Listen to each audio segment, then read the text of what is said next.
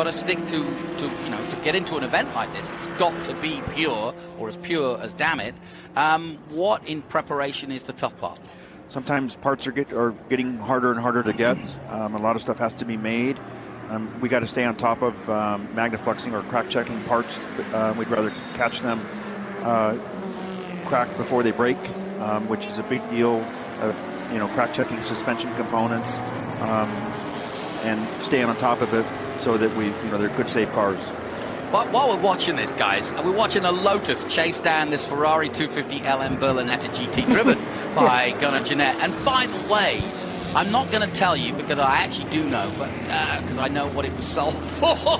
But that Lotus is giving it a run for its money, which is the classic story of what we're talking about kind of thing.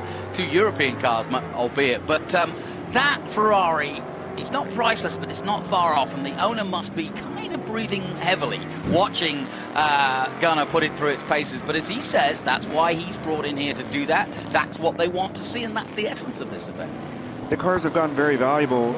If they get damaged, they're still the same amount to fix. Right. It doesn't change that it's a multi-million-dollar car, that it costs multi-million-dollars to fix it.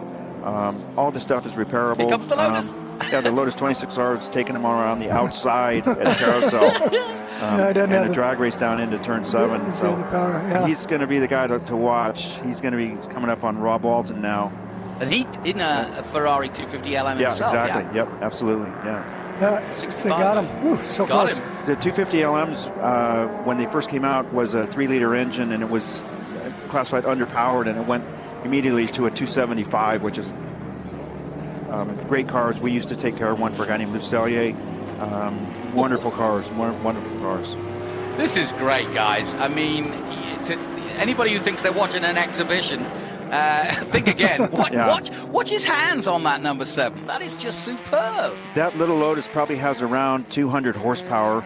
The 250 LM probably has 350. Yeah. But the Lotus is a light little car, very nimble. Hiroshi is a really good driver. He's won a lot of races, here in the States, and I'm sure in Europe also. Great race. Ferrari should get a bit of grunt down this main straight. Little kink here, past our commentary position. And away he goes. But up the hill, he might lose out to, like you say, that horsepower there. He's got some long legs in that LM. This is great. Yeah. Great spot. Wonderful to see. We're watching Group 4, and we're talking to some very learned fellows. Cameron Healy, what are you driving?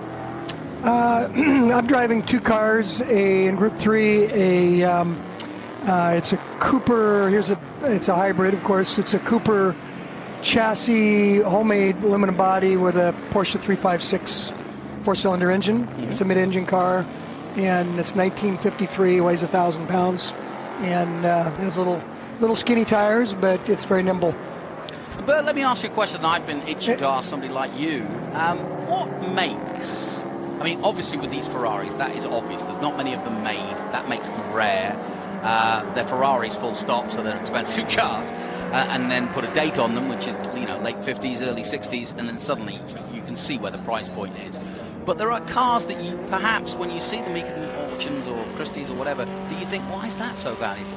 What makes certain cars more valuable than others? Oh, probably the stories, like the 250 GTO, for Le Mans, were... the last Ferrari to win, wasn't it? Yeah, other than last year, Well, yeah, exactly. So, yeah. That's written everywhere until last year. Yeah, but when they say, we're going to have to build 100 of these cars to be classified as a Grand Touring homologato, yep. And they didn't have the 100 cars done yet, and they promised that they would, and they got up to 39 cars, and I think won the race, and then Enzo Ferrari says, we're going to stop production. So there's only 39 GTOs out there.